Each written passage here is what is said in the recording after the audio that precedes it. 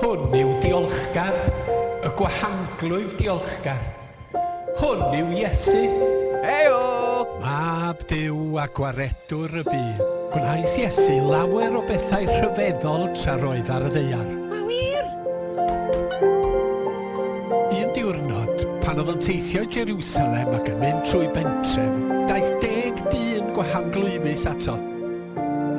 Nawr, yn y cyfnod hwnnw, mi oedd y Gwahanglwyf yn salwch hawdd iawn i'w ddal.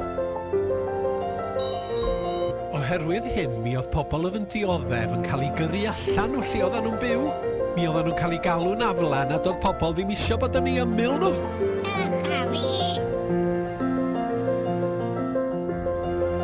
Ond pan welodd rhain oedd yn sal yr Iesu'n dod, dyma nhw galw arno, Iesu, trigarha wrtha ni.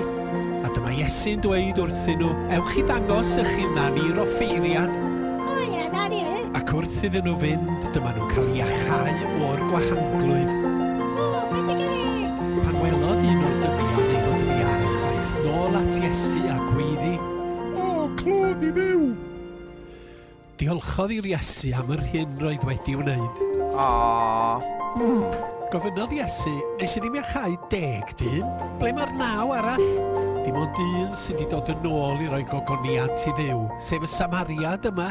Mae'n edrych felly. Yna dywedodd Iesu wrth y dyn, sefyll a dos, mae dy ffydd wedi dy iachau. Diolch. Fe gafodd y dyn ei iachau oherwydd ei ffydd, ac roedd mor ddiolchgar beth wnaeth Iesu iddo.